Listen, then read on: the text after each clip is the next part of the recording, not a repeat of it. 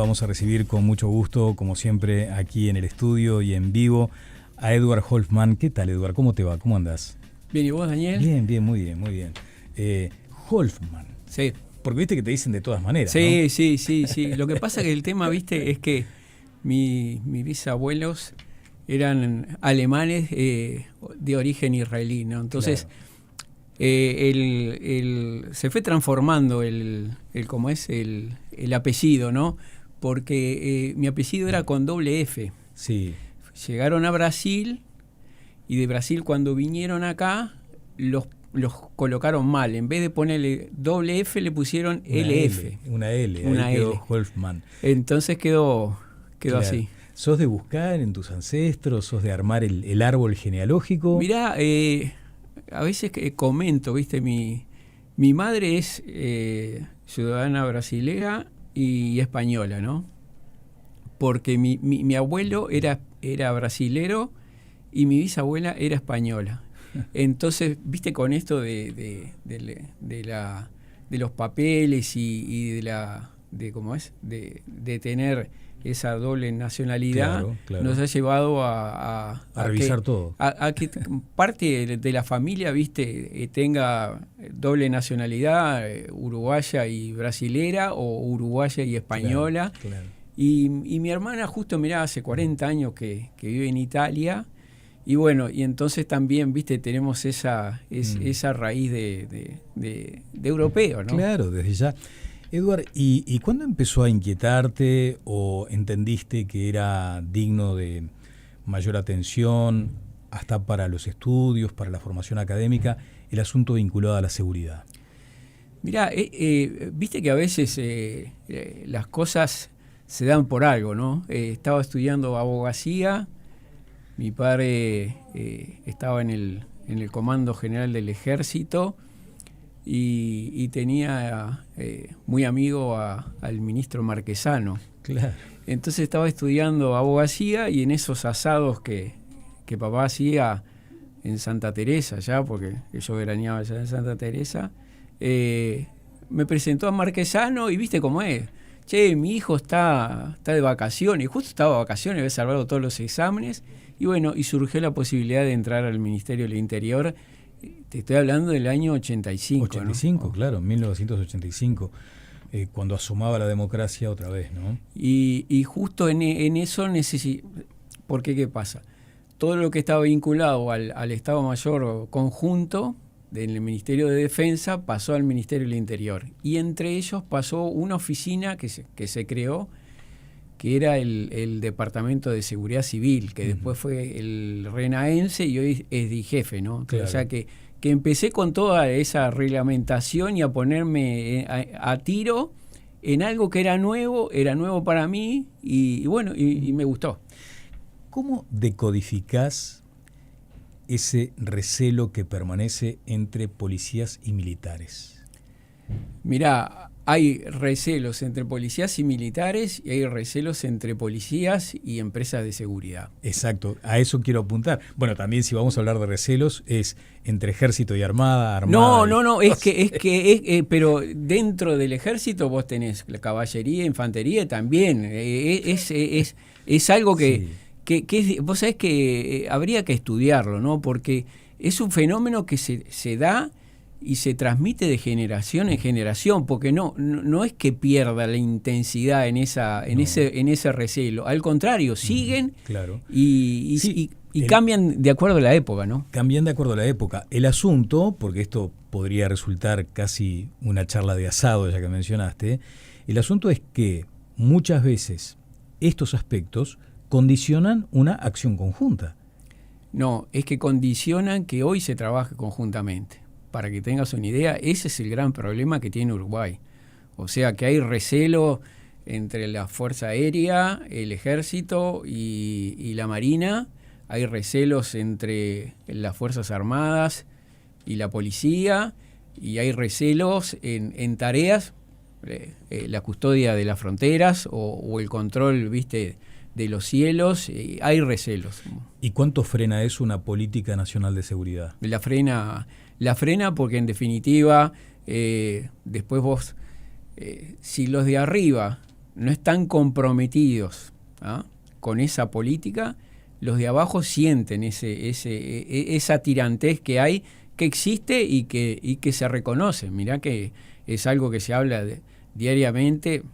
Yo tengo familiares en el ejército y sigo en contacto porque también estuve en el liceo militar. Entonces, cuando nos juntamos, se ve, viste, que están por un lado los del ejército, la policía, y vos ves y son compañeros de 40, 50 años, ¿no?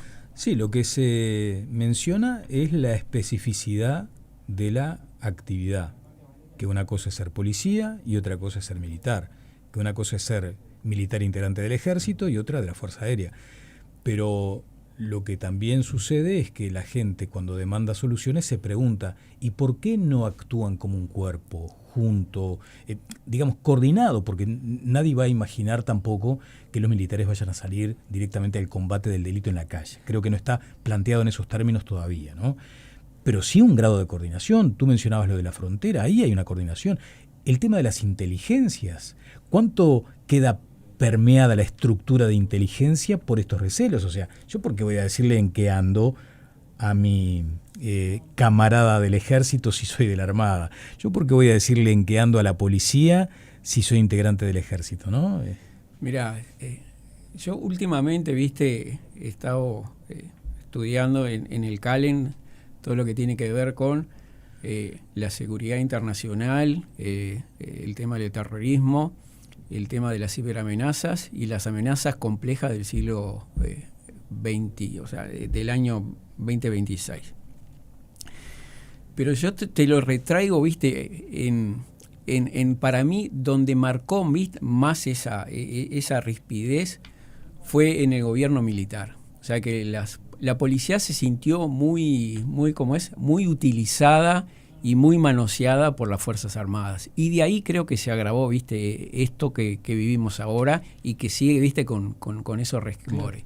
Sí, basta ver algunas películas también. O sea, no es un fenómeno exclusivamente nacional, uruguayo, ni que hablar. Las películas yanquis, gringas o como quieran denominarlas, revela esas tensiones tremendas en la propia policía, ¿no? Pero el tema que, ¿sabés qué pasa? Es que, no sé, hoy en día no podés hablar de que las Fuerzas Armadas están solo para tareas de seguridad nacional. Porque hoy la seguridad nacional ya ingresaron otros actores, como es el crimen organizado, el terrorismo, y lo estás viendo en Estados Unidos y lo estás viendo con esta política de esta nueva política del gobierno de Trump que incluye dentro de la Estrategia Nacional de Seguridad a todo lo que es el crimen organizado. Uh-huh. Es más, el 11 de febrero de este año, el jefe del Estado Mayor del Pentágono citó a los 35 jefes de las Fuerzas Armadas, entre ellos al jefe del ESMAD de Uruguay, para una reunión, y esa reunión va a tratar sobre la colaboración de los ejércitos y las Fuerzas Armadas en la lucha contra el crimen organizado, el narcotráfico y estas amenazas complejas que van desde los ciberataques hasta tema del agua, ¿no? Uh-huh. O sea que hay varios puntos estratégicos que se están tocando. Claro. Ese es como un marco macro. Sí. Vamos a volver un ratito sobre nuestra realidad. Hoy dijiste al pasar que también el recelo se da entre las fuerzas públicas de seguridad y las empresas privadas de seguridad, cuando muchas veces las empresas privadas reúnen un volumen importante de información que podrían volcarla a la seguridad pública. Mira, yo estuve casi 9 años controlando sistemas de seguridad y viendo cómo las empresas crecían. Para que tengas una idea, yo en el 85 cuando entré había 30 empresas de seguridad y había unos 2.000 guardias.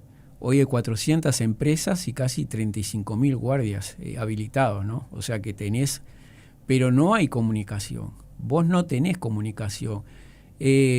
Todavía sigue como esa barrera. Yo a la policía no colaboro. Es más, hay servicio, me tocó a mí, mirá, justo estar en en esos procesos administrativos en donde se da de frente lo que es la realidad y lo que es el tema, la burocracia. Y el tema legislativo, ¿no? Ajá. Entonces, yo fui uno de los primeros, viste, que siempre me opuse porque sabía que iba a terminar, viste, no iba a ser tan profesional. Fue que empezaron a crearse los centros de capacitación de las empresas de seguridad, dejando que la capacitación le hiciera la Escuela Nacional de Policía. También, viste, hay una cosa que me tocó y por suerte la asesoría letrada de la presidencia me avaló, fue que, ¿te acordás cuando se daban los equipos de respuesta a la respuesta de alarma, ¿no? O sea que eso era una actividad que estaba prohibida, porque el tema es que la respuesta debe ser del Estado, no pueden ser de un privado. Entonces, cuando vos vas a responder a una alarma, esa tarea la tienen que hacer los policías, no las empresas de seguridad. Pero, ¿qué pasa? Como todo acá, entramos, viste, a disfrazar las palabras, los actos, y ahora es respuesta técnica, ¿no? Cuando a vos te contratan o cuando vos requerís el servicio de respuesta, te ponen, suena la alarma y viene un equipo de respuesta, ¿no? Eso teóricamente, legalmente, no está habilitado. Lo que figura, viste, es un equipo técnico, claro, pero no llega un técnico. Eduard, aún si permanecen fuera del negocio o de la casa. Sí, no, claro, sí. Porque ellos dicen, no, nosotros tenemos la posibilidad o estamos habilitados a mirar por fuera el movimiento. Mirá, el tema es que yo a veces lo que le digo es, si vos tenés una casa, y por lo general, viste, las casas, vos no podés, el equipo de respuesta que llega, vos lo que mirás es el frente no ves el fondo y no sabés si te están desvalijando, ya te las desvalijaron, ¿no? Entonces, yo lo que en esas cosas, viste, de que uno quiere cambiar y mejorar, decía, ¿por qué no adaptamos la legislación privada de las empresas de seguridad a la misma que tiene España? España, viste, son guardias jurados y tienen casi la misma capacitación y las mismas tareas que la policía, ¿no? ¿Y están armados también? Y están armados, cumplen con una cantidad, pero también el salario es otro y el tema de la capacitación te dura casi 8 o 9 meses, ¿no? Cosa que acá son horas. Claro, hay algunos sectores que pueden portar armas, ¿no? En función de las áreas que deben vigilar. Sí, hay algunas empresas que tienen autorizado y habilitado eso. Otras no. ¿Debería revisarse ese aspecto también? Sí, debería revisarse toda la legislación de las empresas de seguridad y cómo colaboran, ¿no? Porque cuando vos dijiste una palabra clave que es inteligencia, hoy para combatir cualquier amenaza o cualquier delito lo tenés que hacer con inteligencia. Y acá uno siempre piensa en la inteligencia policial, pero vos tenés la inteligencia financiera del Banco Central, tenés la inteligencia carcelaria, que es una inteligencia realmente potente, tiene muchos datos, uno de ellos la fuga de Moravito, o sea que la inteligencia detectó que Moravito se iba a fugar, tenés la inteligencia militar en toda su rama, el ejército, la fuerza aérea, y tenés la inteligencia que pueden hacer las empresas de seguridad. No es que tengan servicios de inteligencia, pero sí te pueden aportar información que pueda colaborar, porque vos tenés empresas de seguridad en los aeropuertos, en los shopping, en las terminales, lugares que son claves que vos ves pasar muchas personas que realmente, viste, hoy en día es clave tener la información. La desinteligencia es no coordinar en todo caso. Yo creo que acá pasa eso, viste, que hay es más, no solo pasa eso, sino que a veces no es que vos te relaciones con la inteligencia policial o vos te relaciones con la inteligencia del ejército. Vos te relacionás, porque son temas complicados, te relacionás con el que era el jefe de inteligencia. O sea, viene un gobierno nuevo, cambia toda la cúpula de inteligencia y se pierden esos contactos. ¿Y qué pasa? La inteligencia no es por el cargo que vos ocupes, es la confianza que tiene el otro en darte determinada información que a veces es información sumamente delicada y que no se puede manejar, ¿viste? Claro. Bueno, vos recorres ámbitos académicos, de formación, pero también estás en la calle, hablas con la gente. ¿Cómo reaccionás cuando se plantea esa, digamos, ese comparativo, ¿no? No, lo que pasa que antes, imagina, el interior, no, antes el interior era otra cosa, ahora ya está copado por el delito, eso de dejar la puerta abierta, la bicicleta en la vereda. No, todo cambió, hoy es todo mucho más grave. Y yo no sé si efectivamente será así o si es una percepción, porque efectivamente hay un avance de la inseguridad, pero cuando vos lees titulares, ya que mencionaste el año 1985, lees titulares de los diarios, el tema de la inseguridad en todos estos años de la democracia ha estado muy presente en las inquietudes de la gente. La diferencia es que en la dictadura no nos podíamos ni quejar, pero siempre hubo este tipo de problemas. ¿Le ves algunas características particulares a la situación de hoy? Mirá, yo te sigo porque esta conversación está buena, ¿no? Está buena porque hay para que la gente pueda entender. O sea, vos, para que tengas una idea, inteligencia de la policía tiene identificado a 56 grupos criminales en Uruguay. Después tiene 6 grupos del crimen organizado transfronterizo, que son los Tauras, el comando de Vermelio, primer comando capital. El único transnacional que tiene acá registrado, que hay más o menos 100 integrantes, está en la cárcel y fuera, es el primer comando capital. El comando Vermelio no tiene capacidad porque todo lo que es la frontera está cooptada por el primer comando capital. Osmanos también aparecen. Osmanos, Ostauras, Oscaro, Fabio Dogás, hay una cantidad. Pero ¿sabés lo que pasa? Es que, ¿por qué el interior cambió? Porque los grupos criminales de Montevideo se desplazaron hacia el interior del país. O sea que aquellos grupos, viste, que son, ¿te acordás? Los Valladares en San Carlos. Claro. Bueno, fueron todos absorbidos por los grupos criminales de Montevideo. O sea que se desplazó el delito, por eso la violencia, y por eso hay determinados lugares que son estratégicos y cumplen con esa logística del crimen organizado, que son Rivera, Durazno, Rocha, 33, que vos ves que 2x3 hay fenómenos sumamente violentos que generan muertes y que también la policía encuentra, viste, contrabando, porque el norte es un lugar... Sí, se habla de un colador ahí, ¿no? También se hablaba de ese triángulo que conforman la ciudad de Minas, Montevideo y San Carlos, por ejemplo. Claro, ¿no? Lo que pasa es que el tema fue que... ¿Qué pasa?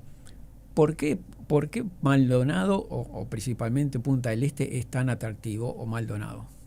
Porque vos tenés tres lugares claves. Vos tenés el consumo interno, que es tanto de la población de Maldonado, de droga, como el consumo del turismo. Tenés el consumo de la cárcel, tenés un consumo alto de la cárcel de Las Rosas, y tenés el consumo de lo que son los departamentos que están cerca de Maldonado. Entonces, ¿qué pasa? El Ministerio del Interior concentró todo ese poder policial en la ciudad de San Carlos. ¿Y qué hicieron? Se corrieron. ¿Y a dónde se corrieron? A Minas. Yo siempre digo, Minas no es un lugar aislado. Yo siempre le digo que, para que te das una idea, y vas a recordar, un cargamento de casi 500 kilos de marihuana, que fue el primer cargamento que recibió Marcet a través del tío del presidente de Paraguay, fue dejado ahí en Minas. Entonces, hay toda una historia. Hay gente de Minas que lo que hacía había una persona que tenía que llegada a determinados lugares donde se comercializaba combustible para avionetas, que era de minas. Entonces, minas también, viste, claro, hay determinadas cosas sí, que... Era una especie de polo logístico, ahí está, si se quiere, ¿no? Eduardo, ya estamos cerrando.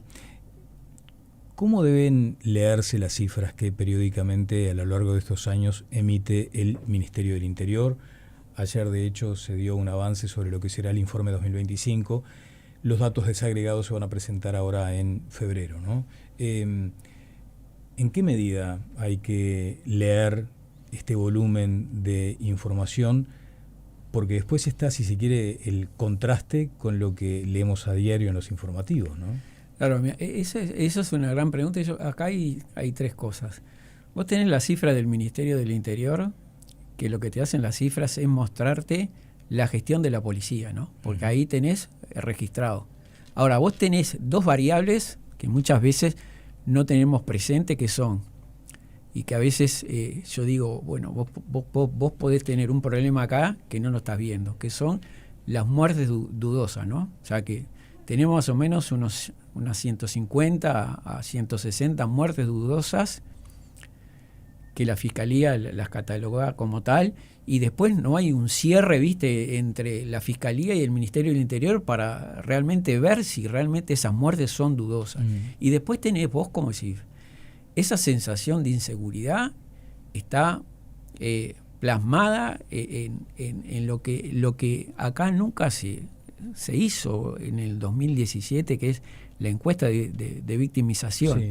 Esa encuesta de victimización que se hizo a pedido de Bonomi al Instituto Nacional de Estadística, y no fue una muestra chica, fue una muestra de casi 8.000 personas.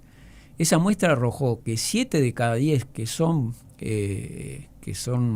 víctimas de algún tipo de delitos no lo denuncian. Uh-huh.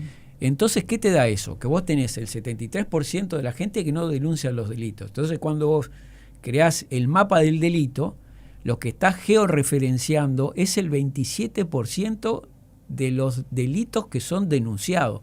El otro 73% no tenés idea de lo que está pasando, y es lo que vive hoy la gente. Uh-huh. Y lo percibís y lo ves.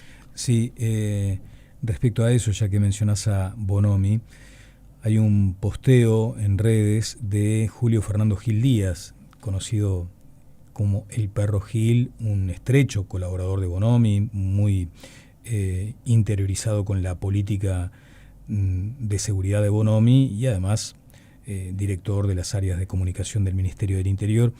Y a propósito de esto dice: homicidios a la baja, pero, y deja puntos suspensivos. Las cifras de denuncias recientemente divulgadas por AECA, el área de Estadística y Criminología Aplicada del Ministerio del Interior, dan muestras de una baja presumiblemente consolidada de un 4,7% en 2025 comparadas con 2024. Si bien una disminución de las denuncias, y aclara, no de los delitos propiamente dichos, siempre será una buena noticia, la premura en brindar cifras cuando se trata de bases vivas lleva a tomar los anuncios con precaución. Lo que está mencionando justamente es eso, ¿no? Que hay que considerar muy seriamente el tema de la no denuncia. Pero también lo otro, el delito muta. Hoy tenemos, viste, delitos de estafa, ciberdelitos, que son mucho más cotidianos. La gente lo padece y se mueven cifras importantes, ¿no? Uh-huh. O sea que nosotros acá hemos tenido hackeos o se han ingresado a páginas de bancos, y realmente, claro, un banco no te va a decir fuimos hackeados y nos robaron tantos millones de dólares, ¿no? Porque pierde credibilidad. Pero el delito cambió. Yo creo que siempre es bueno. Yo acá lo que no hago, viste, es cuestionar, porque para mí las cifras vos podés cuestionar 1, 2, 3, o a veces cuando vos cerrás el año, después hay gente que estaba grave y que se muere, viste, en el otro año, entonces podés tener. Pero yo creo que acá, viste, falta eso que decís vos, viste, inteligencia, falta el tema de saber realmente, porque a veces me pasa en mi barrio, yo camino, corro, ando por la gente, y bueno, como saben que ando, viste, con los temas de seguridad, algunas maestras, tengo maestras que fueron maestras mías, me dice, está complicado. El otro día venía por acá y pasó una moto y me arrancó la cartera y estaba con una venda, ¿viste? Ahí. Y lo primero que ¿cómo estás? No, estoy bien, ¿no? Pero no hice la denuncia.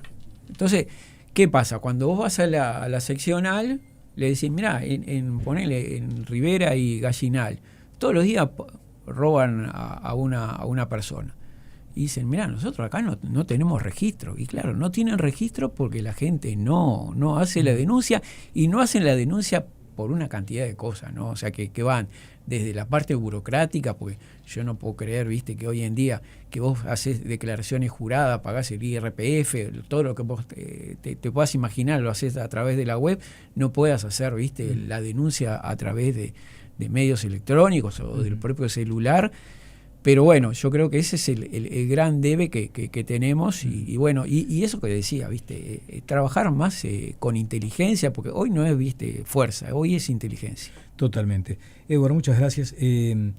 No quiero que te vayas sin consultarte respecto a esta iniciativa del INISA, porque además tenés formación militar, fuiste al liceo militar. Sí, ¿no? sí, aparte familiares, padres, tíos. Y ahora se da esta situación, ¿no? Hay una iniciativa, una idea del INISA para que 20 chicos, en una especie de plan piloto, puedan recibir formación militar.